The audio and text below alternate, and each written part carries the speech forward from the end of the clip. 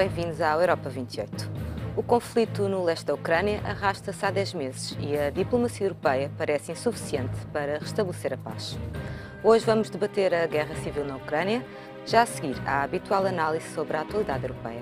Esta semana, o jornalista Luís Reis Pires conta com a ajuda da antiga eurodeputada socialista Edith Estrela. Já há acordo entre a Grécia e o Eurogrupo para a extensão do empréstimo internacional a Atenas. Os líderes gregos acordaram com os ministros das finanças da zona euro um princípio de acordo que vai começar a ser trabalhado ao longo das próximas semanas. É um acordo bom para a Grécia e era o que se esperava que acontecesse? Pessoalmente acho que é um acordo bom para a Grécia e bom para a Europa.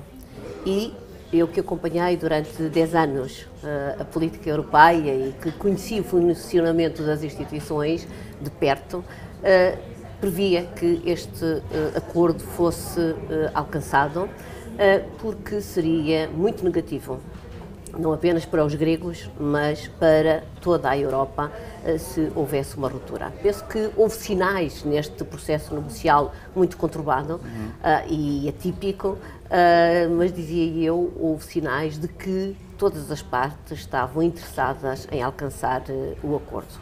Não é certamente o desejável por parte dos gregos, mas uma negociação é isso mesmo, implica cedências de parte a parte, e nós verificamos que aquela tensão e aquela inflexibilidade, aquela crispação inicial, que depois foi cedendo lugar de parte a parte, porque não podemos considerar que os gregos tiveram uma atitude mais radical do que a Alemanha. Quem trabalhou em sentido contrário a Portugal, ou pelo menos teve uma posição mais conciliadora, acabou por ser o Presidente da Comissão Europeia e toda a Comissão Europeia, o próprio Comissário Europeu. Sem dúvida. Aliás, foi uma das vantagens também deste processo, foi trazer a Comissão Europeia à mesa das negociações, dando-lhe um maior protagonismo.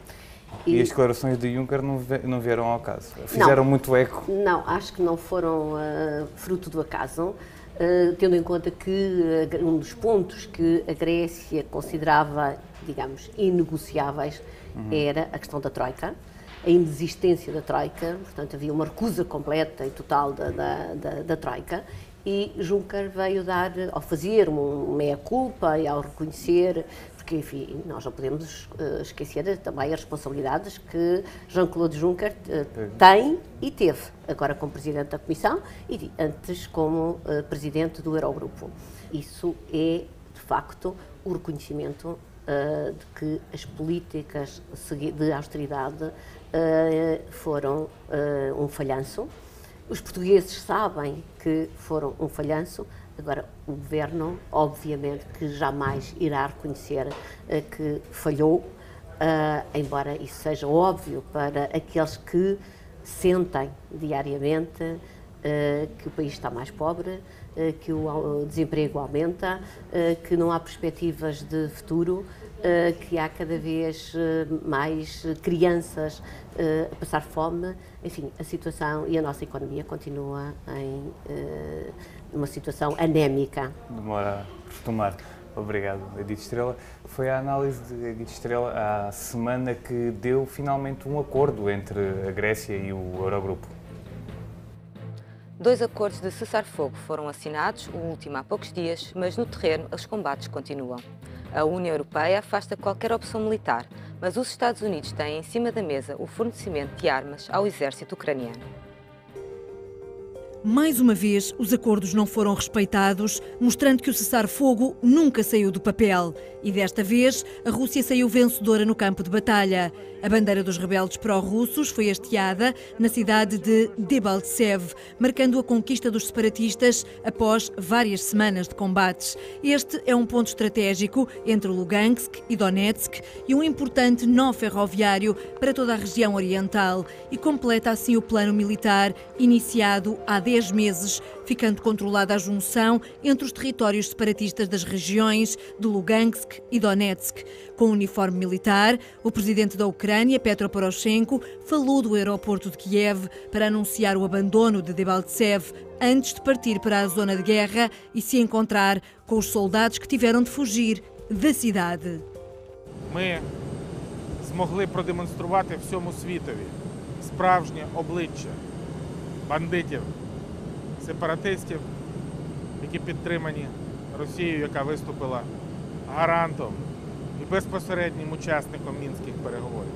Foi a pior derrota do exército ucraniano desde o início do conflito, há 10 meses, que já fez mais de 5.600 vítimas. Para Vladimir Putin, estes combates são compreensíveis e previsíveis, uma vez que as forças governamentais iriam tentar escapar e os rebeldes iriam responder. Todos os principais líderes europeus encararam a ofensiva como uma violação do Acordo de Minsk II, mas nenhum arriscou afirmar que o compromisso venha a ser revogado. A resposta de Washington não tardou e responsabilizou a Rússia pela violação de cessar-fogo. Os Estados Unidos ainda não descartaram a opção de ajudar militarmente o exército ucraniano e o porta-voz do secretário de Estado, John Kerry, deixou em aberto a existência de soluções alternativas. Obviously, we're very concerned about the violence that we've seen in Debaltseve and some areas of Donetsk and Luhansk. We have seen intensity of attacks decrease in some areas, as confirmed by the OSCE. We've also seen reports of heavy weapons in various parts of Donetsk and Luhansk be pulled back. So right now, we believe we still need to continue to give time for the agreement to work itself through. It doesn't change the fact that we have a range of options, as does the international community, and those options remain just as they were 2 weeks ago. Kiev alerta agora para a investida dos separatistas sobre Mariupol, uma cidade portuária importante na distribuição de gás natural para a Europa. São meus convidados o professor Paulo de Almeida Sanz, o embaixador Francisco Seixas da Costa e o investigador Bernardo Pires de Lima. Senhor embaixador, a União Europeia tem falhado na resposta ao conflito na Ucrânia? A União Europeia esteve, digamos, eu diria que está na origem de uma grande parte do problema e espero que possa estar na solução também. Eu acho que um conjunto de expectativas criadas pela União Europeia face à Ucrânia, face ao futuro da Ucrânia, acabaram por desencadear um desequilíbrio interno que está também na origem desta situação. Não digo que a União Europeia tem responsabilidade, a União Europeia faz o seu proselitismo normal relativamente em termos estratégicos. Dito isto, penso que no quadro mais recente, isto é, no tratamento negocial desta questão, a União Europeia esteve claramente ausente. A titularidade europeia nesta negociação, repercutindo o chamado modelo da Normandia, foram a França e a Alemanha. A senhora Mogherini, por exemplo, não esteve em Minsk, o que é de facto algo que só podemos lamentar. Esperamos, no entanto, que a União Europeia possa ter uma resposta, em particular num quadro de paz ou num quadro de caminho para a paz, uma resposta de ajuda à estabilização da situação ucraniana, numa forma, eu diria, relativamente neutral face ao resultado global deste processo. Penso que a União Europeia tem que ter aqui grande prudência, mas julgo que o papel que a senhora Merkel, e eu acho que devemos aqui sublinhar isso, o papel que a senhora Merkel e o Sr. François Hollande tiveram nesta questão foi positivo. Foi positivo, travou a guerra e deu, digamos, um espaço à paz. Resta saber, e essa é a grande questão, resta saber se a Rússia está disponível para trabalhar neste quadro ou se tem ambições naquilo que os militares chamam a exploração do sucesso, que podem amanhã romper esta situação. Paulo Sanz, a eficácia da diplomacia está posta em causa com as violações que vimos aos acordos de Minsk? Bom, de que diplomacia estamos a falar? No fundo é essa a questão, eu julgo que o embaixador Seixas da Costa já referiu isso, ou seja, será isso, estamos a falar da diplomacia europeia, estamos a falar da diplomacia da Alemanha e da diplomacia dos Estados Unidos e da Rússia, de que é que estamos a falar? Porque, de facto, a Europa, eu não diria tanto que a Europa está na origem do problema, a União Europeia está na origem do problema, mas o que a origem do problema tem de facto a ver com interesses nacionais muito marcados, tem a ver com uma coisa que aconteceu há 25 anos, enfim, e até antes disso, mas que foi de facto, e que ainda hoje não é uma questão resolvida, a questão de saber até onde é que a Europa, a União Europeia, mas também a NATO, se expandiria depois do processo de unificação alemã e aquilo que no fundo foi na altura combinado, negociado entre ainda a União Soviética, isto foi ainda havia a União Soviética, e a União Europeia e os aliados ocidentais, em particular os Estados Unidos. Não nos podemos esquecer que esta Ucrânia, desarmou nuclearmente, passado muito pouco tempo, com um acordo que basicamente tinha como garantia, digamos assim, tinha como colateral, para usar uma expressão que está hoje na moda, a segurança da própria Ucrânia, que depois, enfim, hoje em dia vemos ser violada por, pelo menos, uma das partes. E, portanto, a diplomacia tem, obviamente, um papel importante aqui. A questão é saber se isto é um problema de diplomacia ou se é muito mais do que isso. Porque o que está aqui em causa, para além desta questão da expansão, digamos assim, das alianças, a União Europeia é também vista como uma aliança pelo lado da Rússia, e essa aliança expandiu-se até às suas fronteiras e está a ameaçar expandir-se ainda mais e chegar, de facto, a ocupar toda a fronteira oeste da Rússia. E isso é uma ameaça, foi sentido como uma ameaça pela Rússia, e eu penso que é um bocadinho a isso que se referiu o embaixador Seixas da Costa, no que diz respeito à União Europeia, está na gênese, está também na origem deste problema. Porque, efetivamente, a negociação do processo de criação de uma relação mais aprofundada, não sei se era uma zona de comércio livre, se era mais do que isso, havia acordos, de facto, que iam mais longe do que isso, mas foi feita de uma forma muito pouco hábil e, portanto, isso surgiu aos olhos da Rússia como um acrescento dessa ameaça. E esse acrescento da ameaça desencadeou este processo, enfim, começando cá em baixo na Crimeia, o que até poderia fazer sentido, porque, de facto, estávamos a falar de um território básico, quase todo russo, mas já não faz sentido nestas zonas onde, apesar de tudo, enfim, há umas maiorias russófonas, mas há uma mistura. E, portanto, a diplomacia tem um papel, e repito, qual diplomacia? Porque não vimos a diplomacia europeia nisto, a senhora Mogherini não esteve lá, parece que veio para Lisboa dizer coisas. Não, exato, o Presidente da Comissão também não, mas parece que veio para Lisboa tomar posições sobre uma coisa que se passava na outra ponta da Europa. E, portanto, estamos perante uma situação em que não há diplomacia europeia. Infelizmente, é preciso dizer que a política externa da União Europeia, nesse domínio, continua a não existir. Bernardo Pires Lima, pegando ali na pergunta do Dr. Paulo Santo, qual diplomacia? Eu olho para a crise da Ucrânia, ou para a guerra na Ucrânia, mais especificamente, para lá da diplomacia. Eu acho que mais importante do que perceber quem é que faz boa diplomacia, quem são os protagonistas desta diplomacia europeia, mais importante é chegar a resultados. E chegar a resultados que evitem criar uma situação de zona tampão numa parte ou em todo o território ucraniano a favor da Rússia, que é o que está a acontecer. Portanto, os resultados desta diplomacia franco-alemã, modelo Normandia, a senhora Mogherini, o senhor Tusk, mais ou menos, para mim é um pouco irrelevante para a questão essencial. E a questão essencial é que, em processo político, Putin tem conquistado legitimidade internacional, porque cada evento destes seja... também é curioso perceber porque é que é em Minsk, não é? Quer dizer, agora o senhor Lukashenko, que é o grande ditador do teatro europeu, é o broker da situação política da Europa. Quer dizer, para mim é paradoxal. É uma grande ironia. É uma grande ironia. Não é? Mais uma vez, eu acho que isso é uma vitória do senhor Putin, de colocar num país, digamos, na lógica moscovita, da sua zona de influência, o papel de estabilizador ou pacificador de um acordo de paz. Quer dizer, acho que isso também é uma vitória dele. Mas no concreto, nós temos uma guerra há um ano, quer dizer, não podemos falar de uma crise, estamos a falar de uma guerra. Estamos a falar de uma guerra que obedece a visões distintas do que é o papel da Ucrânia nisto tudo.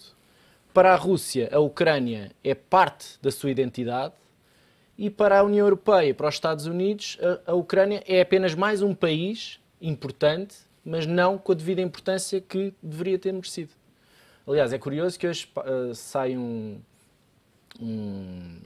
relatório muito importante na Casa dos Lordes, na Câmara dos Lordes, perdão, inglesa, a falar sobre exatamente essa negligência britânica, no caso britânico.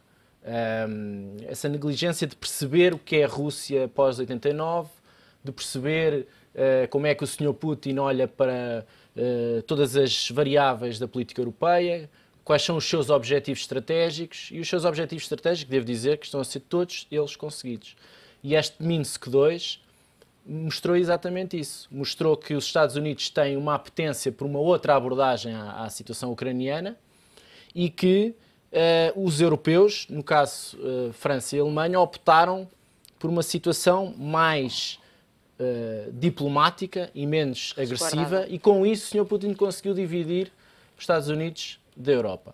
Eu penso que Minsk II não passou do papel e acho que a irmos para um Minsk III será na véspera ou, eventualmente, no dia a seguir, a Mariupol estar controlado. E, portanto, desse ponto de vista, por cada cimeira patrocinada pelo eixo franco-alemão ou pela diplomacia europeia, digamos, de quarteto, ou como lhe quiser chamar, destes grupos de contacto que também substituem, é uma questão interessante, se estes grupos de contacto podem formalizar-se ao longo do tempo, nos próximos anos, e serem mais eficazes do que propriamente o papel desempenhado pela alta representante para a política externa. Mas isso é um outro debate. Agora, o que me parece é que de cimeira em cimeira nós estamos a legitimar a posição russa e os resultados são completamente ao contrário daquilo que é o acordo assinado pelas partes. Portanto, a situação que se vive também na Grécia tem, de alguma forma, desviado as atenções para a questão da Ucrânia, ou isso é uma percepção dos países do Sul, como Portugal, por exemplo? Penso que são duas crises em paralelo que traduzem uma certa instabilidade no quadro europeu, mas que, enfim, têm pontos de contacto muito escassos. A única coisa que há é a noção de que estamos a viver uma instabilidade numa área muito importante, que é a área do sudeste da Europa, mas em que o protagonista dessa crise vive também ele próprio um problema de natureza bilateral, por exemplo, com a Turquia, que o impede, por exemplo, de utilizar, a meu ver, o caso a NATO como um elemento de jogo negocial no quadro internacional. Mas eu só queria voltar à questão da Rússia, porque o Bernardo pôs o dedo numa questão muito importante. De facto, a Rússia tem, desde a Geórgia, vindo a ganhar sucessivamente os seus terrenos e, por realpolitik, a Europa vai se acomodando. Há aqui um ponto muito importante em relação à Rússia que é preciso ter em consciência. Nós não estamos, ao lidar com o poder russo, a lidar com um poder normal. Isto é, estamos a lidar com um poder, de certa forma, autocrático.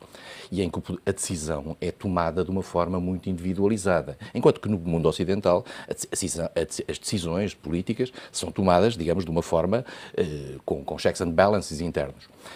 O que nós temos que garantir, e a União Europeia tem que estar muito atenta em relação a isso, é que estes sucessivos avanços da Rússia têm alguma headline. E por isso mesmo não me parece mal, com toda a franqueza, a existência por parte dos Estados Unidos de uma linguagem mais agressiva, nomeadamente de ameaça ao fornecimento de armas à Ucrânia, porque isso também nos permitirá dar à Rússia a mensagem certa, isto é, há um limite para isto. A Rússia amanhã, perante um conflito qualquer na Estónia, na Letónia, na Lituânia, com as suas minorias, não pode vir argumentar que não está a passar a linha vermelha da fronteira NATO. E a Rússia tem que perceber que há um limite em relação a isso. A Ucrânia não estava nesse limite. Estava num compromisso internacional que não foi cumprido, mas não está no limite da red line da NATO. E a red line da NATO é muito interessante, porque se nós um dia colocarmos a NATO em risco, isto é, e à prova, e se nessa prova alguns países NATO não se sentirem interessados em responder à ameaça, a NATO cai. E a NATO entra em perfeita crise. Portanto, nós temos que garantir que os sinais certos são dados a Moscovo e perceber a Moscovo que não tem mão livre para avançar onde quiser e que esta é, pelo menos, a headline possível. Mas deixe-me só, porque eu acho que isto é interessante, que é, de facto, há aqui uma realidade que tem a ver com, geograficamente, do que é que estamos a falar. Nós estamos a falar de uma parte do continente europeu, a Ucrânia é uma parte do continente europeu, que, de facto, tem para a Rússia um valor simbólico muito grande, mas estamos a falar também de uma outra coisa, que é a União Europeia. E essa questão dos países bálticos é uma questão crucial. Ou seja, até agora, a Europa, a União Europeia, tem como principal fundamento e tem usado esse argumento à saciedade o facto de que é verdade, nunca mais houve uma guerra entre países da União Europeia e nenhum país da União Europeia foi invadido. Nenhum país que faça parte da União Europeia foi invadido por uma potência externa, por um poder exterior, de forma nenhuma. Portanto, as únicas ameaças são as ameaças terroristas, que é um terceiro fator. Nós estamos a falar da Grécia e era bom pensarmos no Estado Islâmico. Isso também, neste momento, condiciona muito a resposta que a NATO, a Europa, os Estados Unidos podem dar.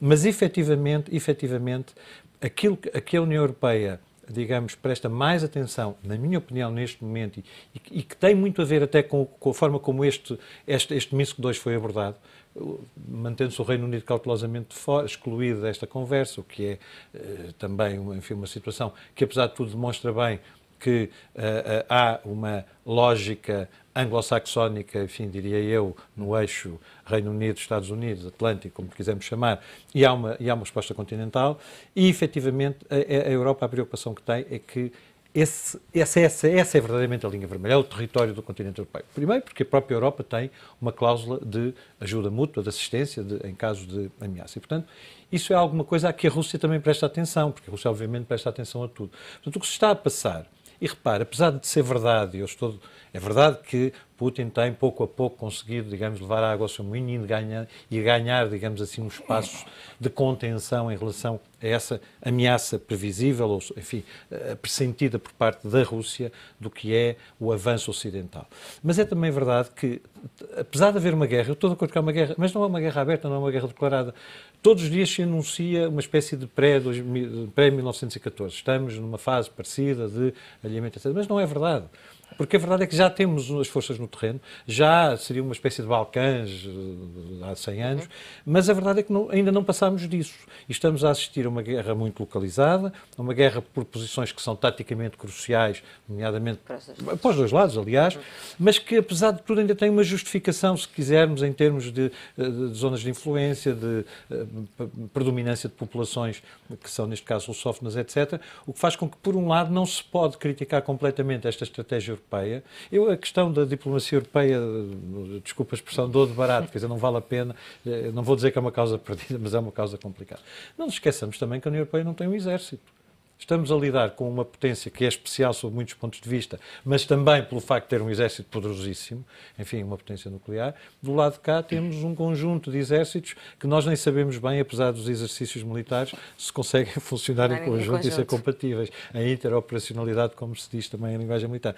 E, portanto, essa é a situação. Há uma ameaça, há um avanço russo evidente. Não sei até que ponto é que se podia ir muito mais longe, porque, apesar de tudo, o discurso americano é um discurso de alguma forma, de extremar posições, porque a partir do momento em que começar a haver um fornecimento militar efetivo às forças ucranianas, a guerra escala, necessariamente. Bernardo, o problema da Grécia pode abalar a zona euro, mas o problema da Ucrânia pode abalar a União Europeia. Em dois pontos. Em primeiro lugar, penso que há uma ligação muito mais próxima desta crise grega à crise ucraniana do que aparentemente ela nos parece. Não é só uma questão de desviar as atenções. Não, em primeiro lugar, acho que o debate financeiro que a Grécia traz ao de cima abafa todo o debate estratégico, militar e político da União Europeia, como nós temos visto nos últimos anos. E esse vazio é aproveitado pela Rússia também. Em segundo lugar, acho que o jogo de forças que nós estamos a assistir neste momento no Eurogrupo e a hipótese de uma hecatombe grega abre aqui um vazio político, um falhanço da União Europeia, um falhanço da moeda única, um dia seguinte que ninguém sabe como é, e eu lamento imenso aquelas pessoas, burocratas, tecnocratas da União Europeia que dizem que têm estudos sobre o impacto da saída da zona Grécia, porque para Portugal não tem impacto já nenhum.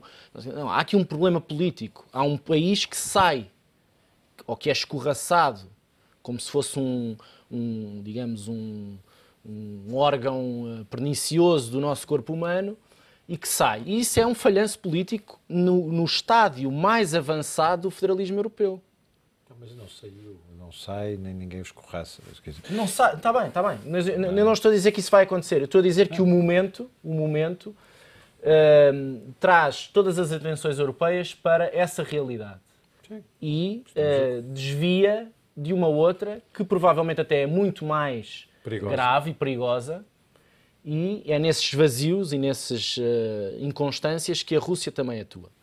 Em segundo lugar, porque a Grécia tem comportamentos históricos de aproximação à Rússia, de parceria com a Rússia, das sanções também. E os sinais que tem dado são também de divisão do quadro europeu. E a Rússia quer dividir o quadro europeu e é essa a estratégia, basicamente, e tem conseguido isso.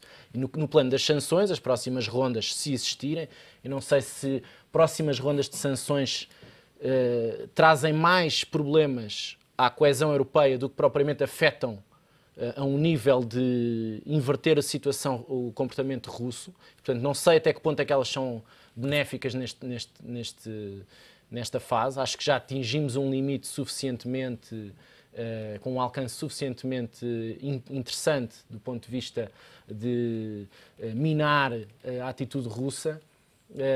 Portanto, não sei se devemos voltar à mesa das negociações e expor essas divisões europeias. Eu não sei se as sanções não estiveram, digamos, nos bastidores de algumas destas conversas em Minsk. O levantamento possível das sanções. Já voltamos, vamos ter agora não tenho dúvidas de fazer uma até pequena há uma pausa. divisão entre a Sra. Mogherini e o Sr. Tusk, evidente e pública, não é? Tempo agora para um curto intervalo, voltamos já de seguida.